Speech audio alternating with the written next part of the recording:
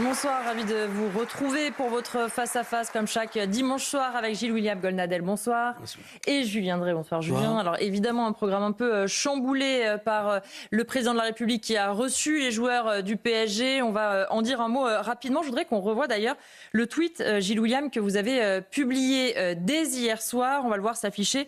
Pendant que le Qatar protecteur du Hamas triomphe, des voyous déchaînés s'en prennent aux policiers sur les Champs-Élysées.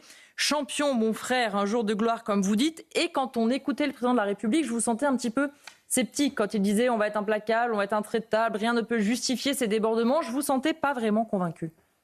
Je mesure chaque jour qui passe l'écart qu'il y a entre le président de la République et moi-même. Je veux dire, son tweet hallucinant auquel vous faites allusion parce que c'était ma réponse. Champion, mon frère, c'est un jour de gloire. Alors même qu'au moment où il tweet, parce que maintenant il rend hommage aux victimes, au moment où il tweet, où je lui réponds, on sait déjà que ça se passe extrêmement mal aux Champs-Élysées. Les forces de l'ordre sont déjà prises à partie, etc. Donc j'ai exprimé ma propre sensibilité. Il y a plein d'amis à moi que je ne méprise pas, qui se réjouissent de cette victoire. En ce qui me concerne, cette victoire n'est pas la mienne.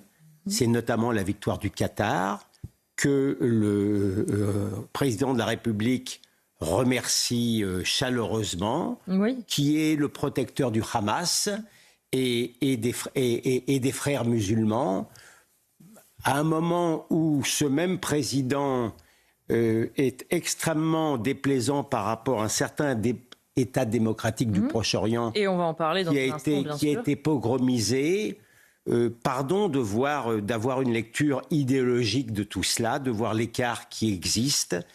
Et j'ajoute que les victimes de ce qui s'est passé et qui ont été très longtemps masquées par une certaine presse tout au long de la nuit et dans une grande partie de la matinée, elles étaient parfaitement prévisibles parce qu'il y a une partie des supporters ultra de ce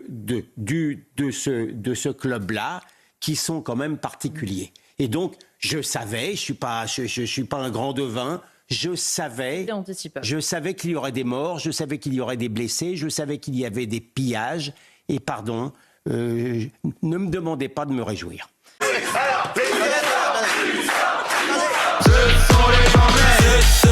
les Anglais.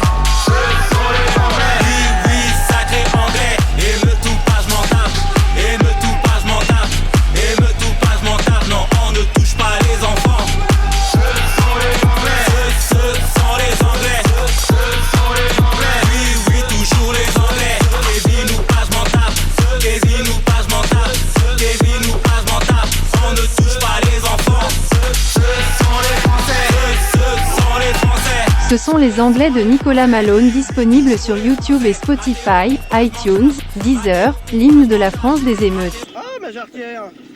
Ah, je perds ma jarretière! Ce sont les Anglais! Ce sont les Anglais! Ce sont les Anglais!